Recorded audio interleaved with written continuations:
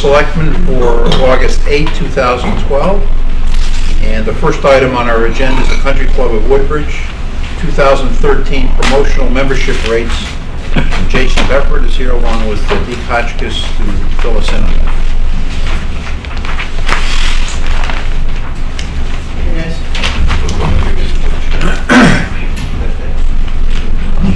Yeah, everybody's got this. It's in the back. Good evening. No, okay. So, Was it an add-on in the extras? no, you have a handout for this, Yes, I thought this was shot. okay. All right. So maybe we just make a copy of that? Yeah, Yeah. okay, Sorry. yeah, okay. Oh, there's something on there. Who's good? No, they said it wasn't under additional items. Sorry about that. No problem. Oh, that's the other stuff. So just kind of to talk, the handouts will come, but it is a fairly simple promotion that we look to do. There's a couple of components. The first component is how do we entice our current members to rejoin? And how do we get them to rejoin early so that we know they're committed, we can get their money. So the root of, thank you. The root of the program is that we propose for this promotion to increase our 2013 membership price roughly 10% across the board. This would then allow us to make the promotion to our current members something to the effect of if you purchase your membership now or before November 30th, 2012, you can pay the same price as you paid in 2012, essentially saving yourself 10%. And then any new member that comes in at that time will pay the additional 10%, and they will be able to play on the golf side the rest of the 2012 season for free. I've done this personally a couple of times at Lyman Orchards, and I've found we did it 3 years in a row. The first year and the third year we rolled the program out too late, so it was not very effective. The year that it was most effective was when we hit the market on Labor Day weekend. That seems to be the sweet spot. New England golf in the fall is the best time to play. The days are cooler, the leaves are changing, and so it's a very effective program. We feel like we have a lot of existing players who are playing 2-3 times a week that we can convert into members, and we've had a lot of interest. So I think that can be a very effective program. The next piece of the program, the promotion, is a referral program. Use our membership to our advantage, and essentially any new member that you bring in, the current member will receive a 10% commission of that membership paid out in a gift card to the club. Another very successful program that we've ran in the past. And then the final piece of the program is essentially we've gotten some feedback from the membership, and we feel like we need to make it a little bit more enticing to be a member, a little bit more valuable. And a couple of the ways that we're going to do that is we're going to block out more tee times on weekend mornings for members only. We'll give them up until roughly 48 hours before some number to be determined to book their tee times and reserve their spot. If it's not filled 48 hours prior, then we open it up to public play, and we let that in. I don't feel that that's going to be too detrimental to the business because most of our greens fee golfers book Thursday, Friday for Saturday, Sunday anyway, so we're not really shutting them out of the time. But it's a nice thing to our membership to say, hey, we appreciate your business. Here's another benefit to you. And so they'll feel more important. And then finally, there's a lot of courses in the area. There's a lot of competition in the area, and almost all of those golf courses require a card on weekend mornings, as we did this year, and we will continue to do for Greenspheres. But to a lot of members, walking is very important. A lot of better players, walking is important, and better players like to play on weekend mornings. So we feel that that's an advantage that we can take over some of our competitors. and make being a member more valuable by saying if you join the club, you can walk on weekend mornings. So again, a couple of ways to make the membership a little more valuable and get them to join. So again, the basics generally increase 10% in our membership price. Offer current members to join for the 2012 price if they pay before November 30th. And again, that has to be paid in full. Now there's no $200 down and to lock in the price or anything like that. And then if I join now, if I pay in full and join now, I can play the rest of 2012 for free. As a new member. As a new member. Any questions, comments? Well, I would make one comment, I guess, if I may. I think it's terrific, and you and I discussed some of this just by chance one time. We met on the street, but I think it's terrific. I think maybe this additional member benefits. I mean, I don't know if this is going to be a handout to the public, but I might run that a little higher and say we're encouraging new memberships with these additional benefits, and now these are our promotional packages. I might say, as a member, you'll have greater access to weekend mornings, greater flexibility to walk the course, and now listen to our pitch for a renewal or a new membership. But I think it's terrific if you're adding to what a membership is. Correct. Maybe explain that first. It's just my first thought about it. No, that's a great point, and that will certainly be high on our promotional items. We'll definitely like to highlight those things because, again, those are some things that our competitors do not do, and so it just provides a nice piece. And we can only be so lucky to be able to fill up from 7:30 to 9:30 with memberships because we have that many full members that have paid to play on the weekends. So that'll be a nice thing. Any other comments or questions? And does this apply to pool memberships as well? It does as well. The November 30th? Correct. Obviously, we're not committing to allow them to use the pool for the balance of the year, though, or in the sense of beyond the normal schedule. I'm not sure you'd get many people in November. It is heated. You'd have trouble getting lifeguards. but to that effect, we are going to. I would like to get the pool membership promotion piece out a little bit sooner than the golf piece, because we do plan on having a couple of open house dates for the pool, such as free guest days. And I don't know how effective it'll be, but if we have 2 or 3 weeks left in the season and we can still provide that same option to swim the last couple of weeks for free, we would like to see if that is successful, so that maybe in 2013 maybe we roll that out even sooner.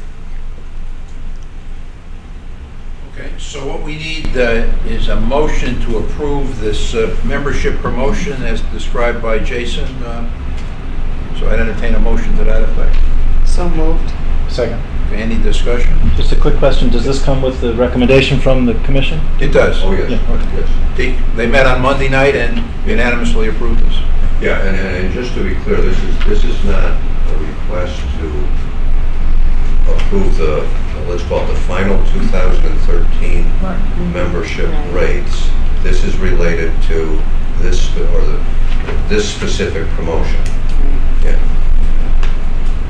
Okay, so all those in favor signify by saying aye. Aye. Opposed? Passes unanimously. Okay, thank you. Thank you. All right, the next item on our agenda is the Woodbridge Town News, which will soon to be a monthly newspaper. And we have with us tonight Rocky Salperto, who's the publisher, and Marlene Silverstein, who is the editor and a former resident of Woodbridge. And I'm sure, I don't know if you guys have, but we have some editions of the Orange Town News. Actually, Marlene has a packet For the Selectmen, okay. Thank you. And the Woodbridge Town News will be in a similar format except for news affecting Woodbridge. So Rocky, you want to give us a Sure. background and all? Well, first I want to thank the first Selectmen and members of the Board of Selectmen for taking some time to kind of familiarize with what we're doing. I'm sure you've heard certain rumblings around town that there might be a new newspaper coming into town, so we kind of want to make you know what our plans are. Like I said, my name is Rocky Salperto. I am the publisher. Marlene Silverstein, she's a somewhat familiar face around town. She's been my editor for the Orangetown News since our conception 7 years ago. And for the past 7 years, we've been doing the local community newspaper in the town of Orange. We publish every 3 weeks, and we are an exclusive town newspaper. We cover single towns. The Orangetown News is exclusive to Orange. It doesn't cover any other towns. And by being exclusive, we're able to get in within an individual town much more content that some of the more regional newspapers aren't able to do. There's a lot of news in small towns, and Woodbridge, I'm sure, is no exception. And people really like to have the opportunity to be able to get the word out on all the great events that are happening in their community, in their school, in their churches, in their synagogues, etc. Over the past few months, because I'm sure as a lot of people know, within the newspaper industry, there's been a lot of shuffling around. It's been a very, very difficult industry for a lot of the larger corporations, and it's left some voids. And I think Woodbridge is one of those voids right now that doesn't have a community newspaper. So what Marlene and I would basically like to be doing is taking the concept we have in Orange, which I have to say works very well. The people in Orange are very, very receptive. We feel we provide a community service, and that a community hometown newspaper is part of the quality of life of a small community, and every community should have one. And that being said, that's our intention, to do something along the similar format in Woodbridge. As the first selectman said, it will be a completely different newspaper. It will be the Woodbridge Town News with your own logo. There may be some crossover articles, obviously, particularly with the high school that we obviously both towns share. But it's going to be Woodbridge's exclusive newspaper, and it will just cover the town of Woodbridge and their events.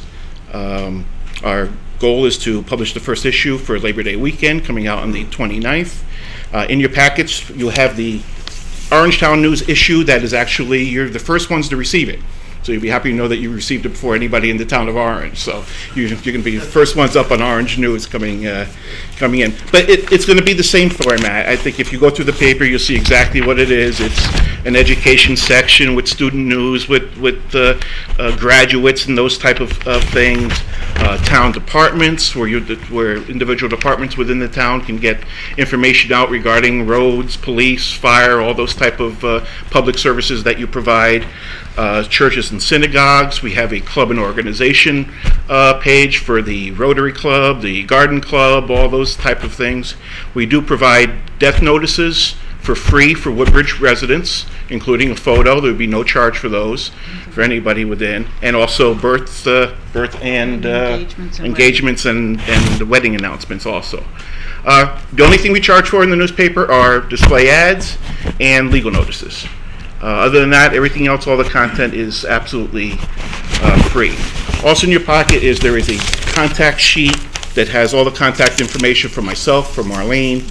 We have 4 correspondents, actually 3 correspondents right now on the payroll who will be, doing articles. We do a lot of community features articles. Laura Fantarella has a column that she will be doing unique to both towns called Living Outside the Box. And it's basically just a column about individuals in the towns who have unique hobbies, do unique things that they're proud of, that they really want to get their story out. And it's a very popular column in Orange. Everything from a musician who's played down in big shows in Las Vegas to there's so many different things that are involved in that.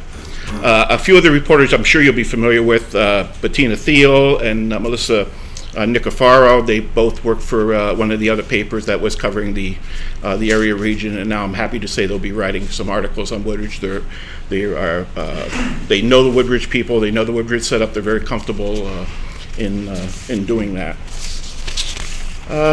That's pretty much all I have, unless you have some questions for either Marlene or myself. We'd be certainly happy to answer them. Rocky and Marlene met with the department heads. We had a meeting last week and went over the newspaper and the opportunity for articles to be submitted by the department heads. And Rocky also mentioned the legal notice information, and those are much cheaper or less expensive, shall we say, than Yeah, competitors. because our newspaper is free and will be going to every residential address in Orange, in Woodbridge, as well as every business address in Woodbridge. We do meet the criteria for legal notices. Actually, I think we meet it more than the other publications that are paid-for publications that are sporadic. So, anyone have any questions? I have Go a ahead. question. I wrote it down, but you answered already. The columns will pretty much be specific to Woodbridge, Yes, as they will. much as you can. And my other question was, is there an online version available for updates? There will be In a- other there will words, be a this comes Woodbridge out Town News. and there's an update next week of breaking news or something like, are you going to run We- something like that? Our or- website right now is basically, it's not like a daily blog where there's however, if there are emergency announcements in Orange, we've had several emergency announcements in Amber Alert, that type of thing, where the police chief has asked me to put some type of update on the website, and we've done that. But the Woodbridge Town News website will have the full downloadable version of all the newspapers as well as all the contact information. So you'll be able to go back to, in Orange, they can go back 5 years, and somebody who's looking for, my daughter's picture was in that school play, and I gotta tell you, the most popular issue we have that I can tell in my office in Orange, when the cars pull up and the doors open up and a mom runs out and grabs 5 or 6 newspaper, is when the Amity Honor Roll comes out. And they're grabbing them to send them to their aunt and who lives in Tucson. And to me, you can see I kind of get excited about this because I really believe that there's no replacement for a community newspaper. I mean, you can have blogs and you can tell grandma, go online and see your daughter's pictures on the, one of the websites. But cutting out the photo, I know I have a photo at home when I played the Artful Dodger in the school play when I was 15 years old. Those type of things are irreplaceable. I'm trying to picture it. Yeah, I was a lot thinner then, I have to be honest with you. Yeah. So would be woodbridgetownnews.com? Yes. And actually, that site is up and running already. Okay, any other questions or comments? If not, well, welcome aboard. Thank you. Well, thank you for your time. We appreciate it. Okay. Thank you. The next item on our agenda is the Civil War. And as you probably know, this is the 150th anniversary of the Civil War. And Woodbridge is going to have a celebration that Joe will probably talk about a little later on Sunday, September 23rd. And in the meantime, Todd Fabian, our librarian, has put together a program of a Civil War commemoration, which he's going to describe and which he's handing out now. To say one. Yeah. Thank you. We don't have to ask.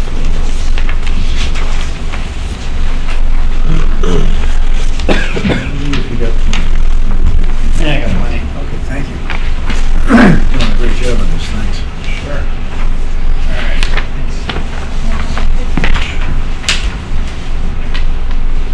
So what we wanted to do at the library, we're working with Joe and Dr. Aaron and some of the other individuals for the Civil War event on September 23rd, is we wanted to provide kind of a variety of programming to kind of correspond here in town.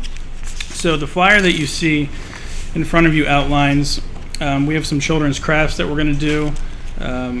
Our first movie is tomorrow night. We have some films relating to the Civil War, Cold Mountains, tomorrow night. And then if you flip over to the other side, we have some adult programming. Tuesday night's our first book discussion with Mark Schenker, The Killer Angels, is the book he's going to discuss. We have a few copies left at the circulation desk if anyone wants to partake in that book discussion. And we have some other authors coming up throughout the next 2 months. We already have our artwork up for August and September. It's all Civil War related, lithographs, maps, from a variety of scenes and battles across the East Coast. It's in the hallway, it's in the meeting room, so we're pretty excited about the artwork. It looks really nice. Anything you'd be interested in, we try to get people to sign up. You can stop in the library, just call the library, just so that we kind of have a head count idea. Certainly we hope that we won't turn anybody away, but just for numbers. I brought along quite a few copies. If anybody has anywhere that they want to take them, or if they, it's their employer, if you want to take some with you, I'm going to leave these over here next to Lawrence, and then if there's any left, I'll just grab them tomorrow. But feel free to take a bunch if you want. We have them kind of all over town, and we're kind of dispersing them. in the meantime to kind of get the word out. Any questions on the flyer? Very good. Okay. And then the second page I gave you kind of correspond with historical of this project. We now have Ancestry.com at the library. We shopped around for a genealogical database, and we thought this was the best fit. I can't give you a proper demo because you have to use it in-house. All of our public computers downstairs in the reference area, we have about 12 computers. You can stop in. You don't even need a library card. You can use a guest pass, and you can just sign right on to Ancestry.com, and you can access, or look for family history information, not just from the 1860s, much farther back. There's English and German history that goes back 400 and 500 years in some cases on there. So it's a really nice kind of get started sort of database. It's very user friendly. The reference librarians or myself can help you if you need help. Just something I wanted to mention that we think we'll get a lot of use out of this year is our first database of that kind. When did that start? Oh, we just started July. I think July 1st is for this fiscal year. So hopefully we'll keep it for a few years and see how it does and evaluate it from there. But it's pretty broad compared to some of the other ones, so we think it's got a lot of history, a lot of European, Canadian history. Okay, any other questions or comments? Okay, well, thank you, Todd. Sure. Thank you for your work on this project. Thank you. Okay, the next item is the Director of Finance and Operations report. First item is our monthly report. Thank you. The monthly report for June is a preliminary year-end for June 30th, 2012. And I wanted to just go over our revenue highlights first. Two revenue highlights, the significant ones anyway, are intergovernmental revenue, which is $242,000 surplus, mainly due to Irene reimbursements that we received in last fiscal year. That was $275,000, so that's where a majority of that comes from. And in taxes, we had a large back tax collection at the beginning of the fiscal year, which contributes a great deal to this, of $259,000 surplus in taxes. In terms of investment income, we have a deficit of about $53,000, and that's due to our interest rates that are lower than anticipated for the year. This gives you a total favorable balance of revenue of $419,000 of actual over budget. In expenditures, there's a series of departments that are listed for you. I will go over some of the larger ones for your review. Some of the large ones are employee benefits of surplus of about $72,000, some savings in health insurance that we received as part of a plan design change, as well as some coverage changes for some of our employees. Recreation is a surplus of about $35,000. That's primarily due to surplus in part-time wages. There's also a corresponding shortfall in revenue. So the two are sort of balance each other out a little. Waste management has a surplus of about $26,000. There's a reduced tonnage in bulky and municipal solid waste than we had anticipated. The registrar's has a surplus of about $20,000, less than anticipated activity in that department. There were some workers' compensation injuries in the police department, which led to dispatch and patrol, which led to a surplus of about $41,000. Those are some of the highlights, and also a similar issue in public works, where we had a workers' compensation injury there also. So there's a surplus of about $37,000 in that account. Just some of our highlights for you. So as a result of that, there's a $772,000 excess of revenues over expenditures. We have a $400,000 designation of fund balance, however, which we have in our budget, which leaves you a surplus of $370,000 for the year. So that brings our fund balance to just a little over $5 million, which is about 11.8% of our budget. Any questions or comments? Next, funding requests.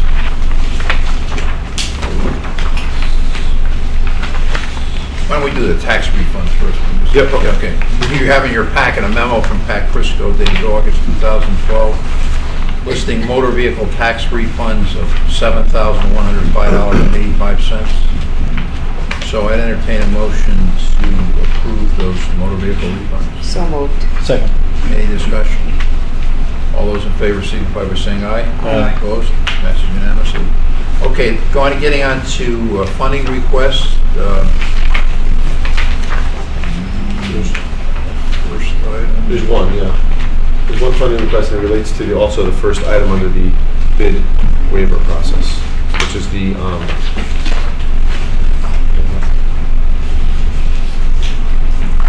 in the package?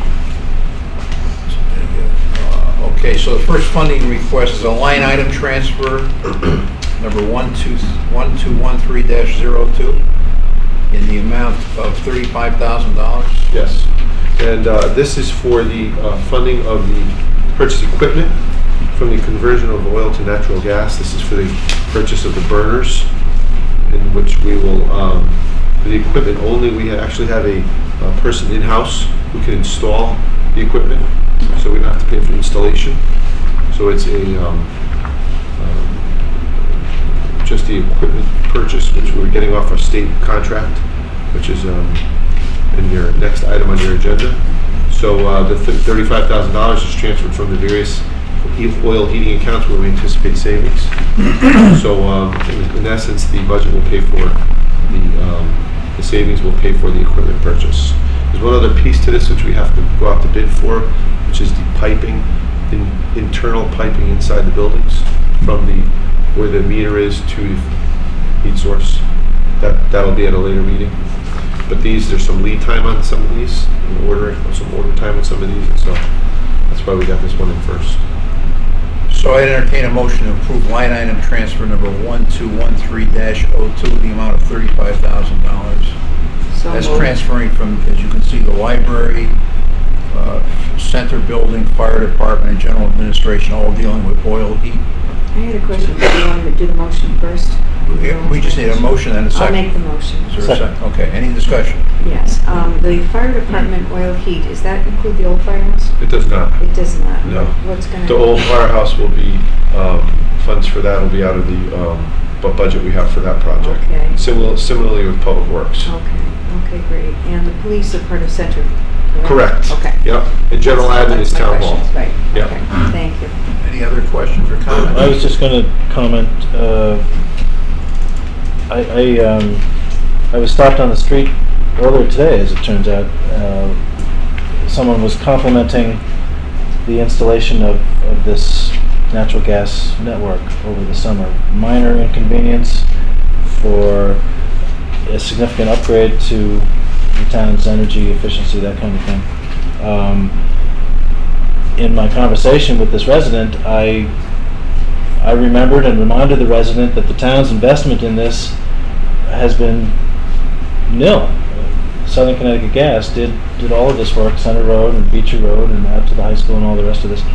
In my mind, this represents a minimal investment. I think this is terrific that the town can do this and have it paid for through these oil-related savings. I think it's terrific, and I thought I'd share those ideas.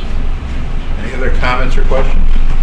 If not, all those in favor signify by saying aye. Aye. Opposed? Passes unanimously. Next item is the bid waiver for the purchase of gas burners. The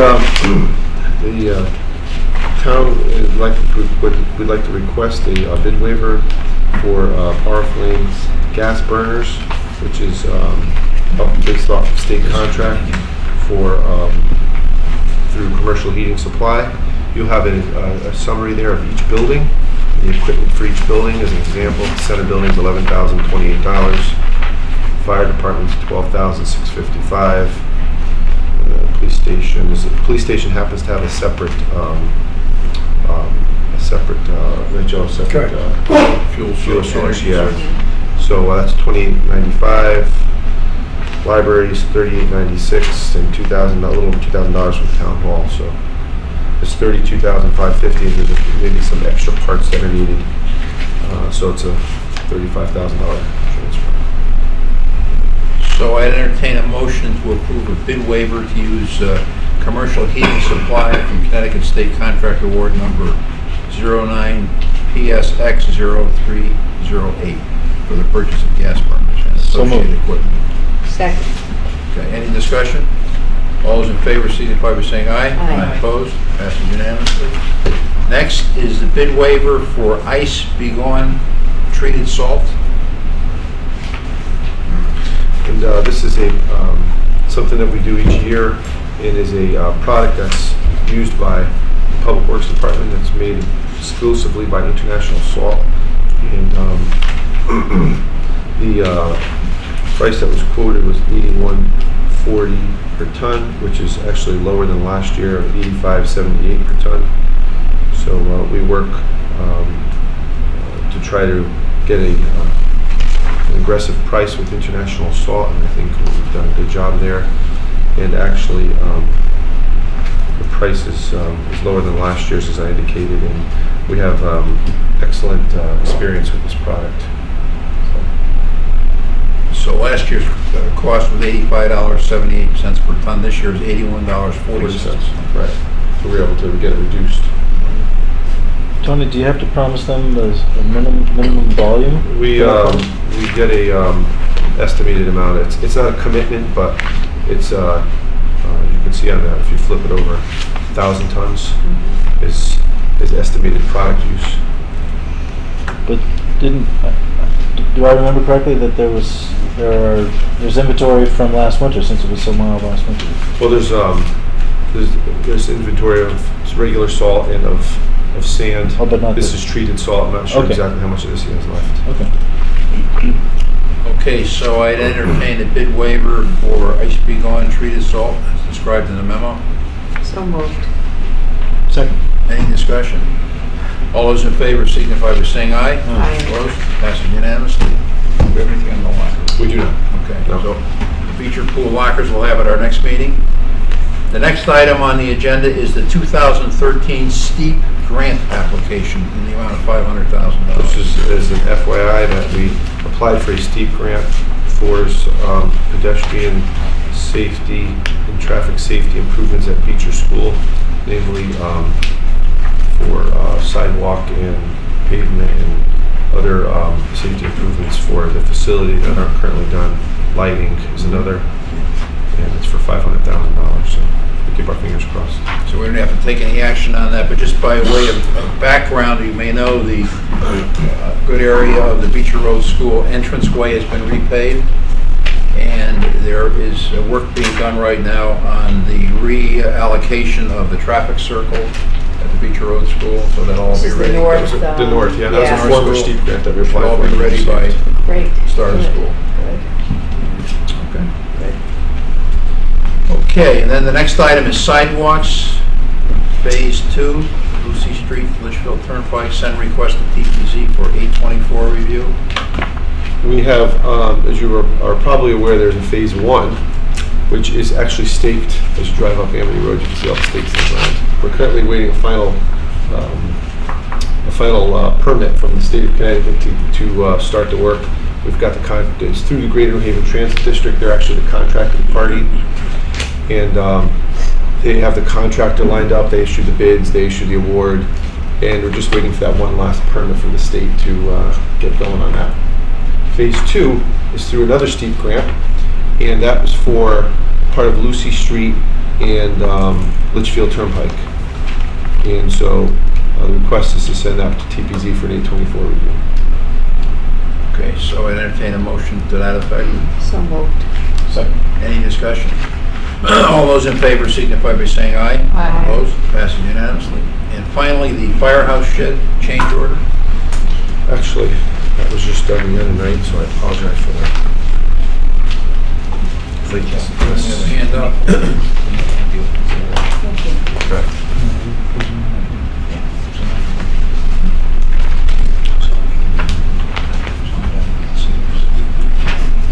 Maybe a few moments to read that. Yeah, we just received this afternoon.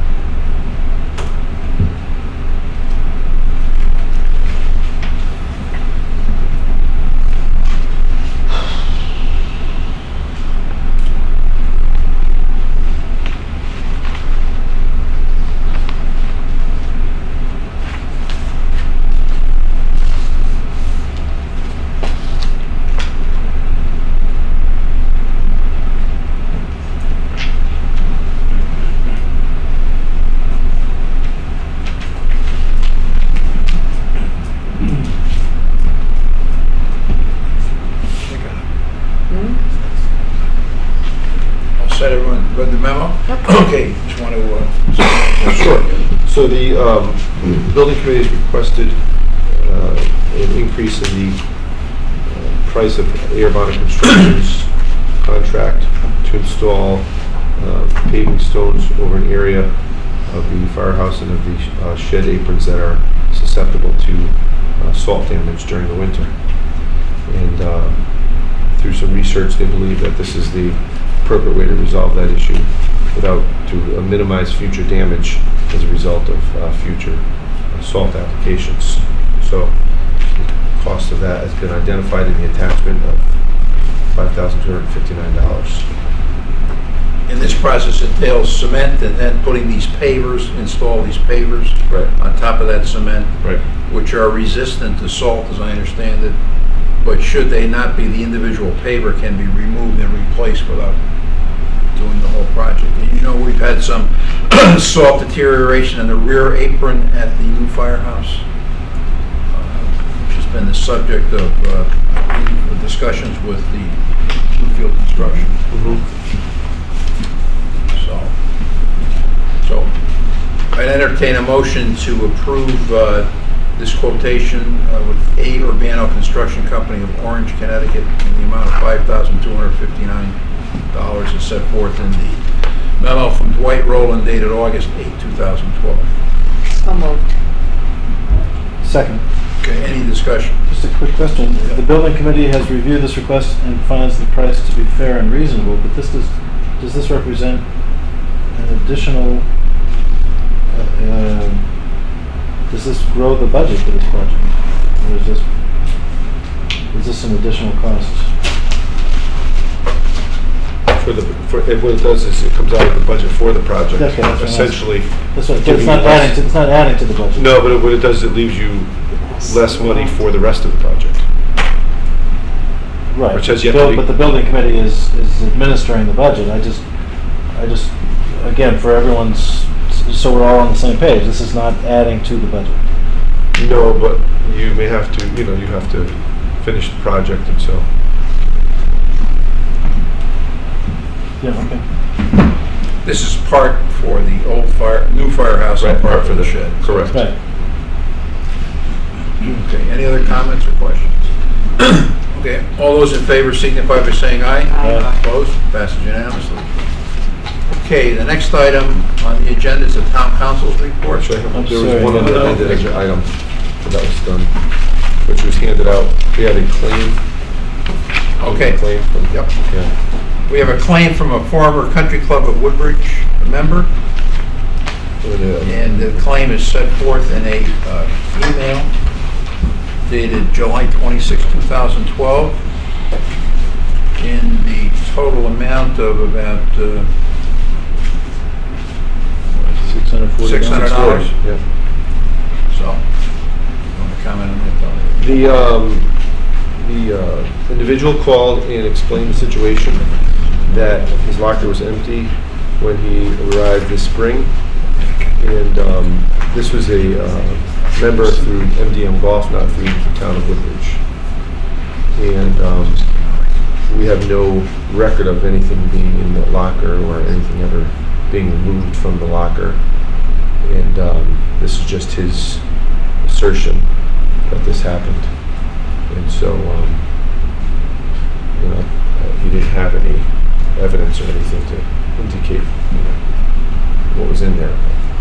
And we had no control over that. Right. That was We had no control. MDM Golf was in charge at that time Right. of the operations. And did he? He contacted MDM Golf and they indicated that they did not empty any of the lockers. The possibility was us. Who's MMG? I think he means MDM. Yeah. Well, is it true that Woodbridge DPW emptied the lockers? I asked the guys who emptied the lockers, and there was nothing like this in any other lockers. But they did empty the lockers. They did clean the area.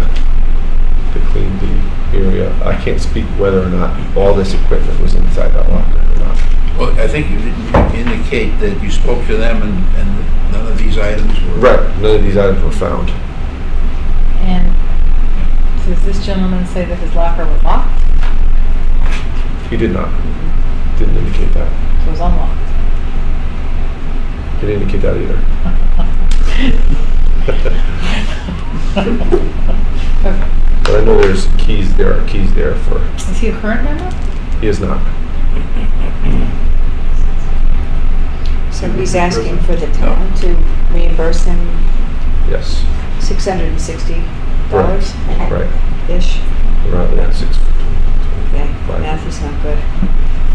640. Okay. Is he a resident of the town? No. Don't believe so, no. We have no proof that it was taken from Cal, Other than he says that when he went to go to his locker, these items weren't there. Right. Late winter, early spring, is this the first we notified, July 26th? No, he was about maybe 3 weeks before that he called. So in We asked him July. to put it in Probably, writing. yeah, probably late June to early July. When did he go to his locker? Winter, early spring, he says. So there's a long period of time between him finding out and notifying us.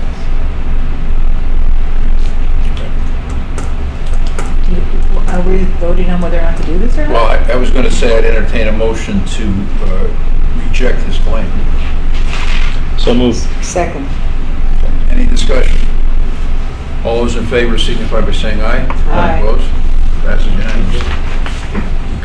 Okay, now we can get to the town council. Yeah, I have nothing in the packets, unless you have any questions. Fairly quiet. We had an ordinance committee meeting, which we'll report Yeah. now. We had an ordinance committee meeting this afternoon, and we didn't take any action on any items, but we did discuss the noise ordinance, the proposed revisions to the firearms ordinance, abandoned vehicles, elderly tax credits abatement, tax credit for volunteer firemen, and the creation of an enterprise fund. And we are going to continue our discussion on all of those items at our next meeting on September 12th at 5 p.m. And in the meantime, Jerry Weiner will be doing some additional research on some of those items to guide us in our deliberations. Okay, the next item is the town clerk's report, and that is in your packet, and I would entertain a motion to acknowledge receipt of that report. So moved. Second. Okay, any discussion? All those in favor signify by saying aye. Aye. Opposed? Passes unanimously. Next are our minutes, the first of which is on June 11, 2012, a public hearing on the Public Works facility. And I entertain a motion to approve those minutes. So moved. Second. Any discussion? All those in favor signify by saying aye. Aye. Opposed?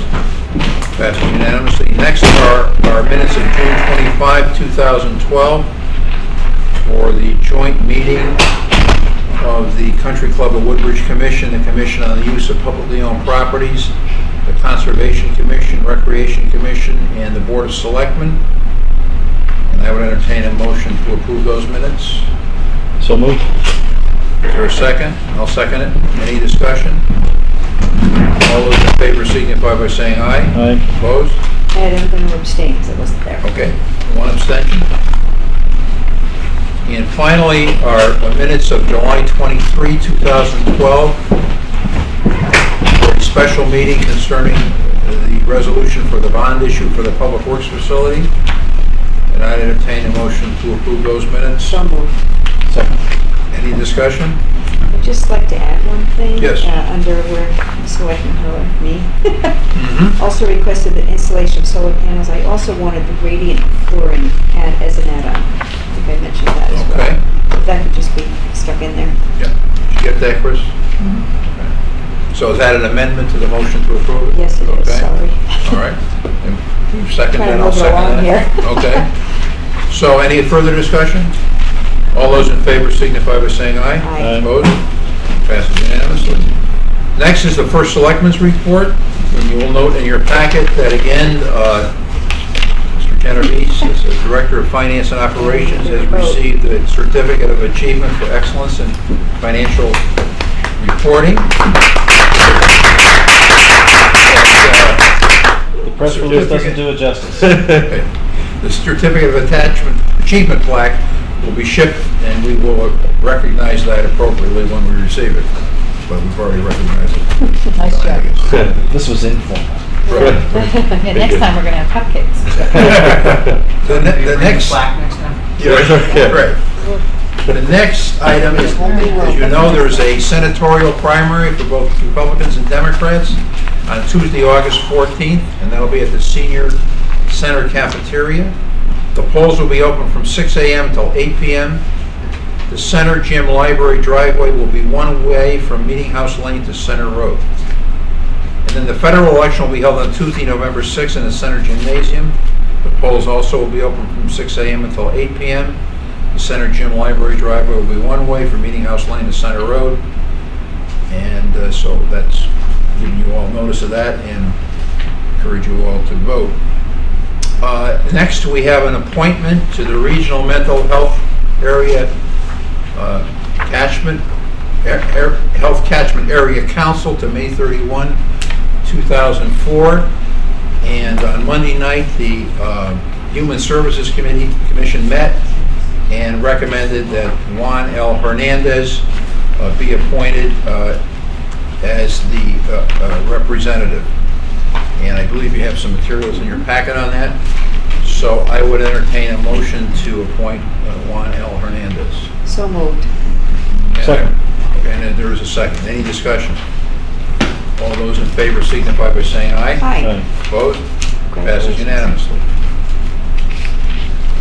Okay, and then the next item is the Administrative Officer's Report, Civil War Commemoration. So, okay, let me do the gas company first. Okay? I had a meeting this afternoon with the chief engineer, Amos Barnes, who has been exceptionally cooperative, and I have the following to report to you. Today there was construction at the Assumption Church and the Rectory. The pipes are laid. The meters will follow later this week. On Ribbon Road, they will be finished at both Ezra and the Temple. They'll be finished Thursday afternoon. There will be 2 meters installed, one for each of the 2 units. Beach Road North, the finished pipes to the outside cabinetry are in up on the north. So there's no disturbance to the new parking lot, no disturbance to anything else.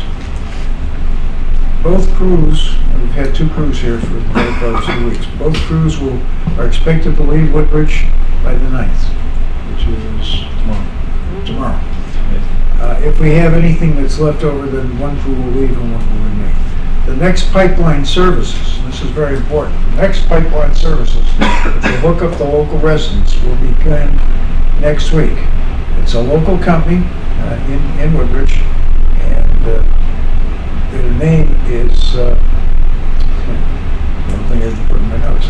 Well, it's a local company. They will have contacted, we have two methods of notifying people. I do the industrial and municipal, but the individual residents who are getting signed up, and right now it's just those on Center and Beecher, have been in contact with the residential people at the gas company, and they have all signed their contracts.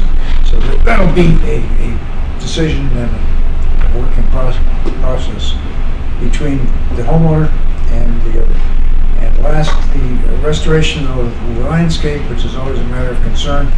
This will occur this week or early next for the library, which has plumbing in or has the pipe to the library. The center building, both locations. And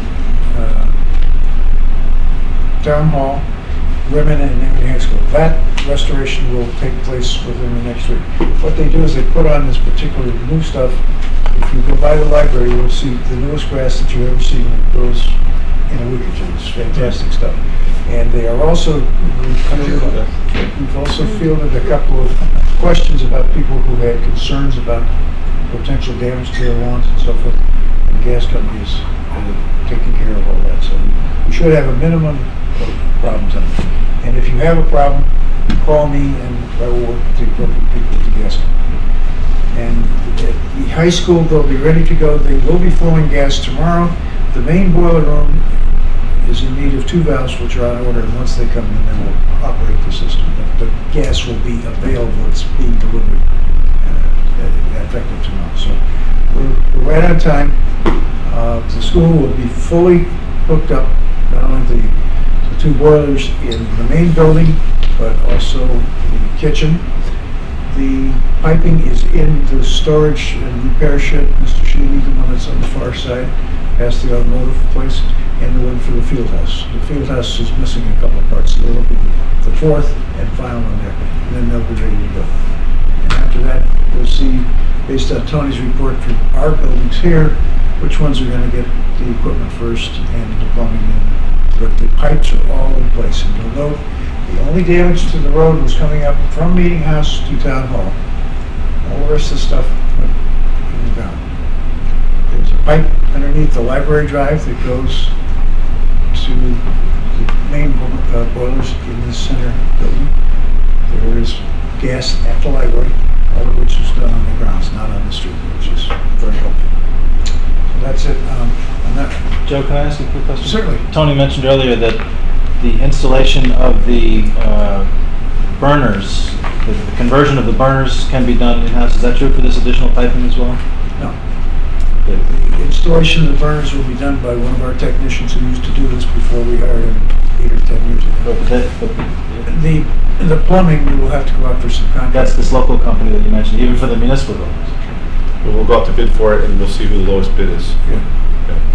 There's two separate things. One is the installation of these burners, which Mr. Hauser can do, and that will be true for all of our buildings. Right, that's the in-house part. Yeah, that's the right part. But the other thing is, once you get the gas to where the meter is, the gas company washes their hands on that. It's our responsibility to hook up on the other side of the wall and plumb it, and do the actual plumbing on it, which will be a little different than that which was true of the oil. Answer your question? Well, yeah, and you said it would be this local company to do it for the residential hookups. That's I was the asking about digging the of the municipal. pipe. I'm sorry, that's the digging of the pipeline. Southern Connecticut Gas and the crew that they had here are done with us. They have subcontracted this to a local pipeline company, which happens to be located in Woodbridge. Right. And they are going to do the individual residences. So that it's two separate transactions, almost two markets, if you will. Right. One being residential. Okay. Thank you. You're welcome. I think that's it on that part. With respect to the Civil War thing, wish Todd was still here. I think he did a magnificent job with all the stuff that he's done over in the library and the films and all the programs he's got for the kids. Dr. Stella, who likes to give me additional duties, has asked me to be dressed in the 1862 costume on the 5th of September, which is the ice cream day, I guess. So I've asked him if he'd give me a parking space. I'd be glad to get in costume.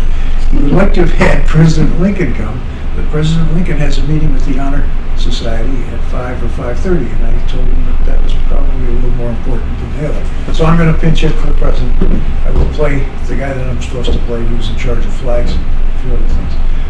Dr. Aarons is on vacation this week, so I'm not having a lot of emails or conversations, but things are coming along, and I should be in a much better position to report to you at our next meeting. To everything being just about done. President Lincoln is a senior at Amity High School, so that's for anyone who gets to pick that up. Okay. That's true. He will be a senior this year. Okay. Two items that I failed to mention in my report is that on July 31st, we had a hurricane exercise, a mock drill for a Type 3 storm, and the police, fire, and all the various departments in Woodbridge participated, along with the Red Cross representatives from our assisted living facilities in Quinnipiac Valley Health District and UI. And so we had a discussion about how we can improve our operations since the last two storms, Hurricane Irene and Storm Alfred. And it went very well. Ray Stewart was in charge of that and did a very nice job. On August 2nd, the West River Committee met with the representatives of the Army Corps of Engineers, Chris Hatfield, Warren Connors was there, Frank DeLeo, Stephanie Charlegio, Buddy DiGennaro. And we were informed that there is some money available to the U.S. Army Corps of Engineers to do a feasibility study for the widening of West River. And they will do a cost-benefit analysis of that and see if that's something that should be pursued further. And we have set up our next meeting with them for December 4th. So I see Dorothy is here. I wasn't informed. Okay. Well, Frank was, and Buddy, and whatever. But anyways. Yep. Okay, so it's almost 7 o'clock. We can take up public comments if you like. Do you have anyone here make any public comments? Yes, Dorothy? Are my statements appropriate now? I don't know. What do you think? I'd like to deliver. Okay. You just come up and sit down and just give your name and address.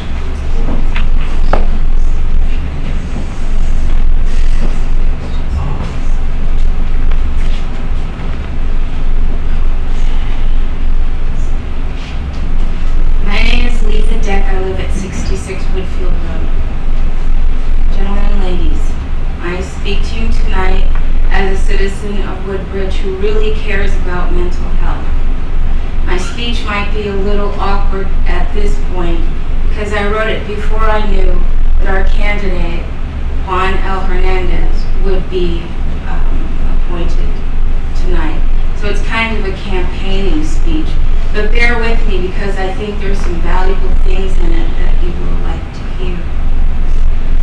I'm on the board of the Region 2 Connecticut Regional Mental Health Board, and I've worked with Juan Hernandez as a mental health advocate since May of 2011.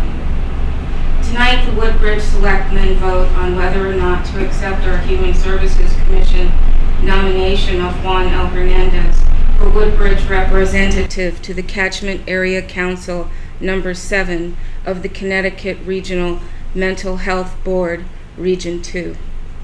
We like to call it CAC 7. Tonight I'm wearing quite a few hats. I speak to you as the partner in work and play of Mr. Juan Hernandez, the candidate.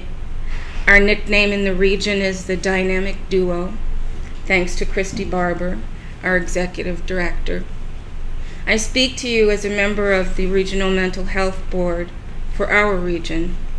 Our website, southcentralhealth.org, states the 1953 state legislature established a state board of mental health with responsibilities for review of policies and services. In 1974, Connecticut State Representative Ruth Clark of Branford drafted the earliest legislative language used to establish regional mental health boards. Woodbridge is in Region 2, also called South Central. We work to serve 26 towns. The site southcentralhealth.org goes on to report, now codified under Title 17A of the Connecticut General Statutes, the law states that the Commissioner of the Department shall divide the state into geographic regions for mental health service planning purposes, and shall further subdivide each region into catchment areas comprised of towns within the region. The Commissioner has established the 5 mental health regions within Connecticut. We are catchment number 7. The statute also states that the study and evaluation of the delivery of a catchment area's mental health services shall be conducted by a council within that catchment area in accordance with regulations adopted by the Commissioner of the Department, and that the council shall report to the Regional Mental Health Board as the board may request or as the council deems necessary. The person appointed tonight, Juan, serves that function. Though I'm sure that anyone is welcome to communicate their issues and concerns about mental health and mental health delivery in Woodbridge to our Regional Mental Health Board. Legislatively, I know this is kind of boring, but I'm almost through. Legislatively selected duties of the Regional Mental Health Board include advising the Commissioner of the Department, studying the needs of the region, developing plans for services, endeavoring to stimulate and coordinate additional and expanded mental health services, also to review recommendations to the Commissioner regarding all applications for funds and such other duties that are in accordance with regulations adopted by the commissioner of the department. The law also describes how the board of each region, the Regional Mental Health Board, is formed by delegates from the region's constituent catchment area councils, and specifies how catchment area councils are formed through the appointment of consumers by town and city mayors, which is what you have done tonight. I also speak to you as Juan's advocate. An advocate is someone who helps you when victory demands a fight. You could think of this hat as the one I'd wear if I were a knight in the times of King Arthur. I have a mental health diagnosis that I would love to share with you if I didn't find the labels too general to be really meaningful at this stage. I could tell you a few revelations about the most poignant and piercing experiences of my chronic mental illness and my amazing stages of recovery.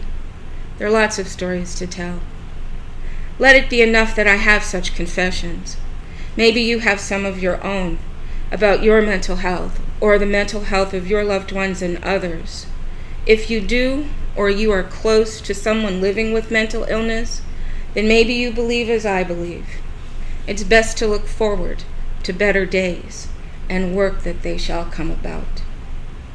It's that kind of faith in the future that Juan Hernandez seems to live by.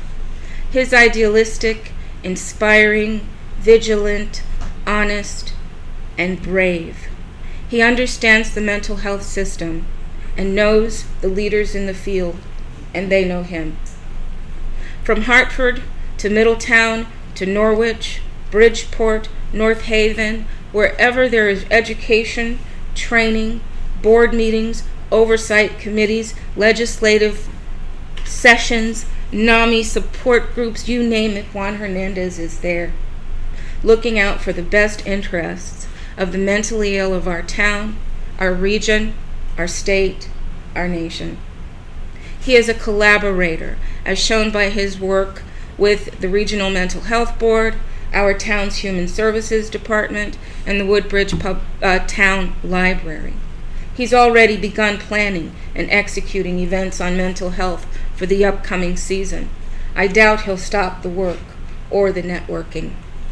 It would be nice, and it is nice, to have the title for the CAC 7 Woodbridge representative. Titles are just nice to have, especially ones that follow a rigorous challenge. Juan and I thank First Selectman Sheehy for his kind attention and for promptly giving us the time we needed to speak with him, for efficiently getting us on the agenda, and for having great compassion for our cause. Thank you, Mr. Sheehy. Next, we thank the women of our Town of Woodbridge Human Services Commission for their election of Juan last night. They did a wonderful job vetting us these past 5 months. Mary Ellen LaRocca, Director of Human Services, and Mary Fund, Youth Services Director, gracefully changed hats from fundraising, crisis planning, relief services, seminar and event planning to pay attention to our cause. They did research independently, attended our functions, discussed the issues with us personally and with the Regional Mental Health Board at Audubon Street in New Haven, where they participated in a focus group. We are so proud of them. When they got through, Mary Ellen LaRocca and Nancy Fund were strongly supportive of the value of the Regional Mental Health Board for Region 2. Thank you, ladies. I thought they would be here, but thank you to them for the record. Juan and I attended Human Services meetings for about 5 months. We learned a lot. We're excited about the possibility of having a seat on their commission to organize new services for them. If he's elected, he can, and he has been appointed, thank you again, he can hit the ground running to campaign for the voice that we need, because we all know each other a bit by now, and the commission seems prepared to add a new and very much needed area of offerings to reduce human suffering in Woodbridge.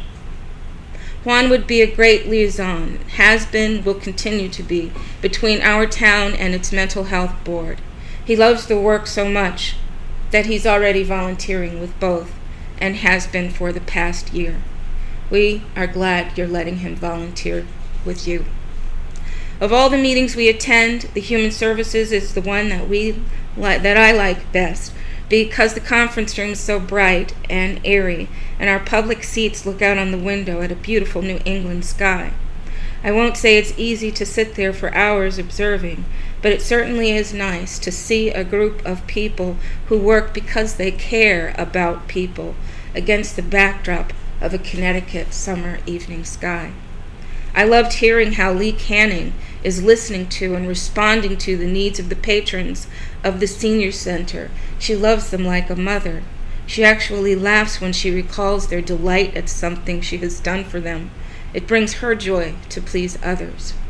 I think that's a beautiful thing. I hope when I get old, someone will care to please me. I hope there are more people like Lee coming along in the human services field,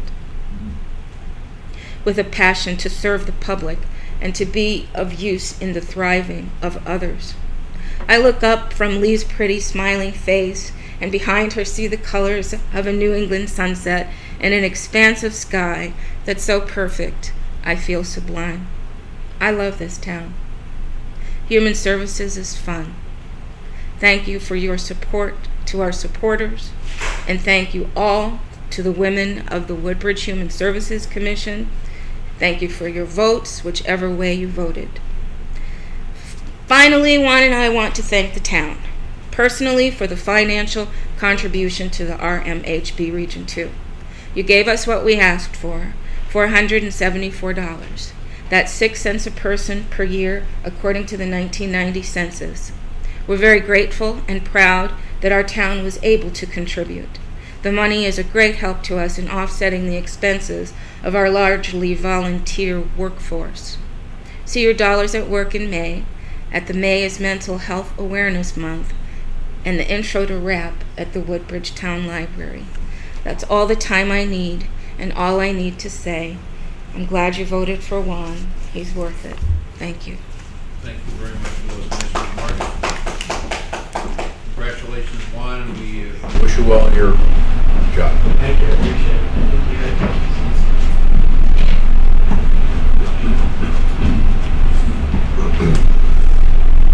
Everybody, Dorothy Martin, 38 Marion Avenue.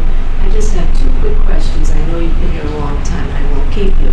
The first one, my neighbors are concerned about what progress, if any, is being made on the Merritt Avenue Bridge. It's continuing, the abutment is continuing to crumble. And they're wondering, we haven't heard anything in a while from the state, and wondered what progress they're making. I had a conversation with David Arts of Cardinal Engineering last week when we met on this West River, and the status of the bridge is in the hands of this DOT for final approval. It still hasn't been approved. No, for final approval of the drawings. There have been some revisions, so it's an internal thing, and I asked them that last week, so. Well, it's an embarrassment coming into our neighborhood. Another thing, I was wondering if the Public Works Department could come in and zap all the weeds that are growing between the tar or macadam or whatever you call it and that abutment. They're We can do that, I'm sure we can. And on the right-hand side, coming into where the walk is, the children walk on, it's covered with weeds also. And you know, the property next door is so well manicured lawns and beautiful landscaping, and that to enter his property, you have this mess. It I'll needs mention a that little to Warren Connors beautification. tomorrow. Yeah. Well, thank you. Thank I you. appreciate Okay. it. Would it help if we sent a letter, moving the DOT along and just I don't know, no good? I think Never Ed's helped? been trying to do No. that. Probably never helped, I don't know. We'll call David Arts on that It must be tomorrow. at least 5 years, Oh. maybe 7 or more. Yeah. Wow. Okay, thank you. Thank Dorothy. you. Yep. Okay, so that leaves us now with liaison reports, and Greg? There was a special meeting of Town Plan and Zoning on July 23rd, and the main topic of that was the Jewish High School of Connecticut, which started in 2010, only has 30 students, is going to be moving to and housed at JCC. So that was approved unanimously. They expect to have, I think, 40 students this September. The max on that approval, or they'd have to come and get a new permit, would be 80. There's some sort of letter or memorandum between Ezra Academy and the Jewish School of Connecticut to potentially merge, but if they do, they have to go to TPZ and get a approval. It doesn't require, a traffic study was done which determined there should be no issue with traffic. There doesn't seem to be any issue with parking just because there's more than enough parking currently. And there isn't any changes that need to be done to the building to accommodate the needs. So there was some residents, mainly people from Bond Road and Shady Lanes, who came and spoke in opposition because they're concerned about the increased traffic. And there was people who came to support it. So it was passed unanimously, and that was the main thing. That's all I have to report. Thank you. Okay, Lawrence?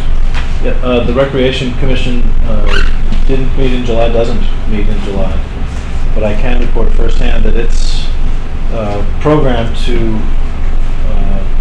sponsor and administer the free concerts, the Tuesday night concerts in July, it was a terrific, with the exception perhaps of the karaoke Elvis.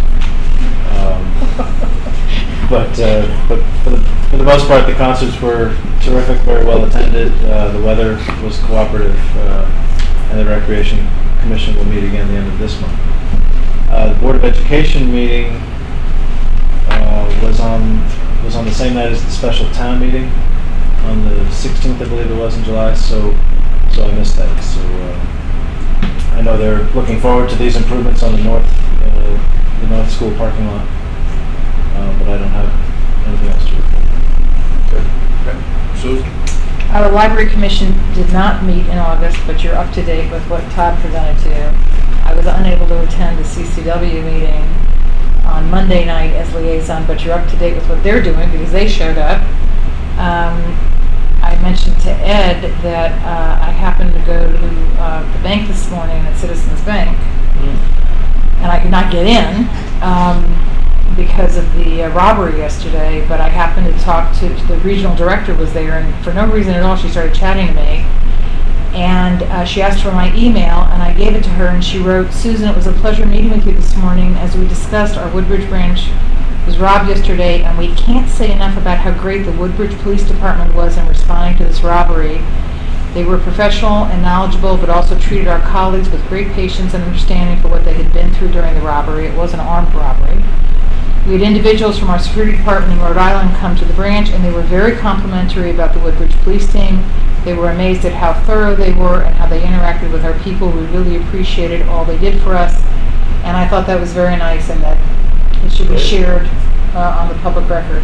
It was really terrific. So it's a terrible thing to happen, but it's great that our people knew what to do. So that's not good. Thank you. Okay, Beth? Okay, I'll go fast, I promise. This past Monday, I attended the Firehouse Building Committee meeting. This is for phase 2 of the old firehouse. And the architect from Silver Petroselli, David Winchell, had some schemes, and they had already been reviewed by Recreation for Bay 2 and Bay 3, and Fire Chief Rowland for Bay 1.